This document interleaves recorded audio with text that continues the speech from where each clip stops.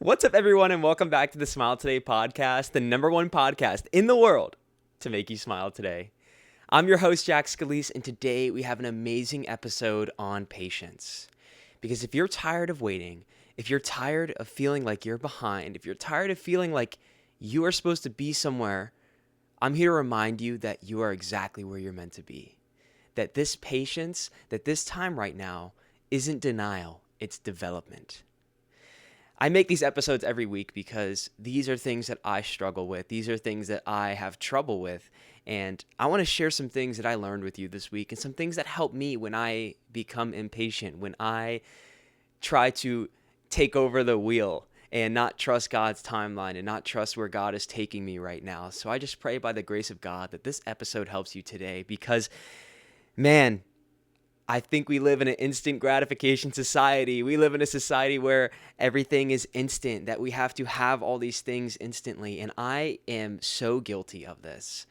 I am so guilty of having these doubts, of having these worries, and having these times of isolation where I don't understand where God is bringing me, where I don't understand what that next step is. Like I feel ready for it and I'm not there. And if you feel like that, I want to remind you that you are not behind, you are being prepared. You aren't ready to enter those rooms yet. You aren't ready to sit at those tables yet. And when you are, it will happen. So you are exactly where you're meant to be. And like we talked about a few episodes ago, you're on your own timeline. Your timeline's not supposed to look like anybody else's. And God put you here for a purpose. So when you feel impatient, lean into that. Say, you know what? I am on my own timeline. I am doing my own thing. And I'll wait for that to happen when the Lord makes it happen, when He's ready to unlock those doors. Because you might be sitting and knocking at that door and you're like, God, put me in. I'm ready. But there still might be a few things we have to experience first. There might be a few things that you need to put yourself in and situations that you have to experience before you're ready. And that's okay. It will happen sooner than later, but we just need to trust that timing. We need to trust that we are exactly where we're meant to be. So I wanted to start off with that. And to give you some encouragement, I want to share this awesome story with you. So this past year, last September in 2024, I started my running journey. And if you want to know anything about me, I do not like running. I never liked running. I was a soccer player my whole life, and there might be this thing with soccer players where we just don't like long distance running. I remember playing soccer and seeing all the cross country kids run around us, and I would be like, man, that is horrible. I never want to do that. But last year, I had to move home from college for a few months because Hurricane Helene impacted Boone, North Carolina. And Boone, North Carolina is where Appalachian State University is, and that's where I went to school. So I ended up moving home because our house got flooded and I lived in the basement and the basement was destroyed. It was the craziest thing ever. But anyway, so I moved home and I got kind of bored because none of my friends are here. They're all in school. And I was like, you know what? I'm going to start running. So I started running. It turned into, me just doing like this backyard 5K twice a week. And then I ramped it up to running 5 miles and then 6 miles. And then I got to 8 miles and I said, Dad, I want to run a half marathon. And my dad is like really big into triathlons. He was a big runner back in the day. And so he's like, sure, I'll help you. I'll help you train. So I started training for it. And sure enough, I did my first half marathon in November of 2024. So we're coming up on the 1-year anniversary. And I remember finishing it and feeling so good. And I ran it pretty quick. I did decent. I think I placed second in my age group or something. It was crazy. I was like, I feel like God is telling me to stay here for the rewards because I feel like I won something and I did. So that was awesome. And it was so fruitful and it was awesome. So then the day after that, my friend texts me and says, hey, do you want to run a full marathon? And I'm like, oh boy, a full marathon.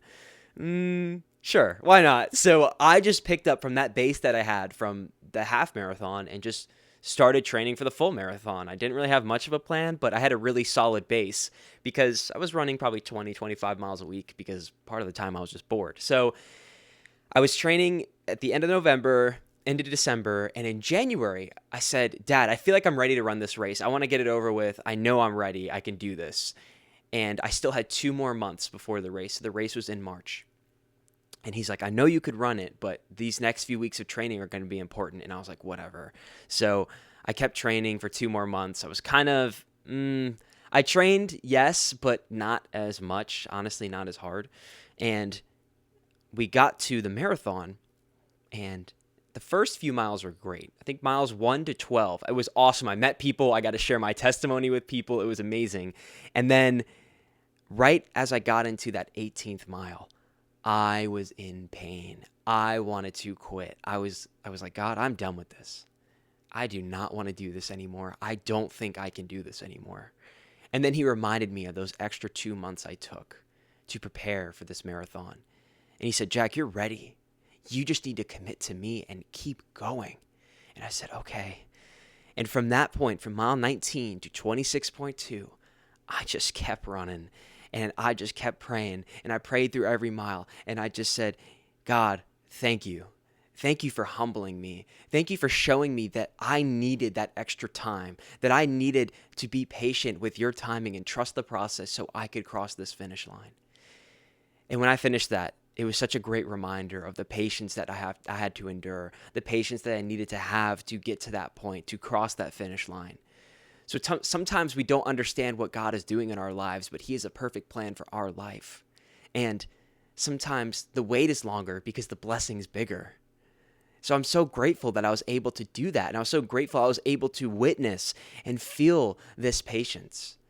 And if you've had a similar situation or a similar story where you had to wait a little longer and then you realized why God made you wait, it is a beautiful, beautiful thing. So I wrote down these 3 things when it comes to practical tips on patience. And it's about how waiting teaches you. And the first one is, all right, quick break. Let's talk about something real. If you've ever scrolled through dating apps and thought, where are the people who actually love Jesus? I've got you. There's this app called Arc Dating. It's a Christian dating app built by believers for believers. What I love is it's not just about swiping on looks. It's about finding someone who shares your faith, your values, and your purpose. Every profile is Bible verified, so you actually know people mean what they say about their faith. You can filter by things that actually matter, like church attendance, family goals, and even lifestyle choices. If you're ready to date with intention and meet someone who's walking the same path, download Arc Dating today. Just click the link in the description because real love should start with shared faith. Patience builds trust.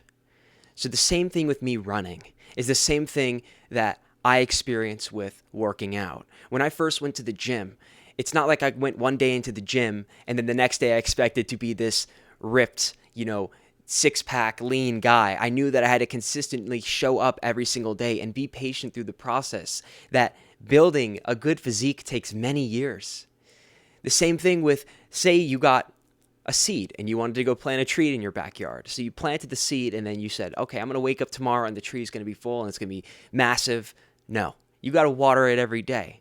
What you water grows. So when we talk about how patience builds trust, we need to just focus on today and our best step today that we can continue moving forward with. So when we talk about competing, when we talk about comparing, when we talk about our own timelines, just compete with who you were yesterday. Worry about who you were yesterday and how you can improve today. Whatever small step you can make forward today, whatever small step you can take today to be a little bit better, do that. And don't compare your timeline to anybody else's. Because if patience builds trust, then that means that we are truly on our own timeline, that we are truly doing our own thing, and that we truly need to be patient with our own path. The next one I wrote down was silence deepens faith. So when you're in silence, you are usually reflecting. You are usually thinking about things in your life. So when you have this silence, I want you to think about where you were. I want you to think about where you were a year ago and reflect on that and be grateful for it. Be grateful for where you are now and the person you're becoming, because I know you're doing great. I really do. You are doing a great job, and I'm so proud of you for that. And I want you to reflect on some past wins that took time, that took a little bit longer than you expected, but then you understood why. So do that for me. Because You could look at the past and you could be proud of your past. You could reflect on your past and you could realize that that faith that you had, no matter what went on, no matter the uncertainty, the not knowing the next step, that it all worked out, that applies to today. That applies to wherever you are right now. And the last one I wrote down was stillness reveals priorities. When I was still, when I'm in this season right now where maybe I don't understand the next step, that I'm just along for the ride and I'm fully submitted, I think, what are some things that are distracting me right now? What are some things that I need to improve on? Well, I need to improve on my relationship with my family members, with my sister who lives across the country. So I do my best to reach out to her. I try every day, but God always kind of nudges me and says, you know what, they're still learning in this season. Even though you're waiting, there are still things that we need to reveal. There's still things and priorities that we need to pay attention to. Hey, Jack, maybe you're on your phone too much right now. Maybe we need to limit social media a little bit more so we don't fall into this comparison trap, so we don't feel impatient with our timeline, so that we can truly prosper and know that this is all working out for us in our own journey. So stillness reveals priorities. So maybe there are some things we're lacking right now that we need to work on a little bit more. And that's a great thing. And I want to tell you that patience is a fruit of the Spirit. So the more I've prayed for patience, the more I've been tested with difficulties, the more things have come my way and situations have come my way that have truly tested my faith. And I'm so grateful for it. And I did a Bible study this past weekend with my brother Nathan and my brother in Christ, Nathan. And we read the story of the woman who was bleeding for 12 years. And basically, this woman for 12 years was bleeding uncontrollably. And she tried to go to the doctors and she tried to go to all these places and she drained her finances, but there was no cure. But she had faith that Jesus from Nazareth could heal her just by touching the edge of his cloak.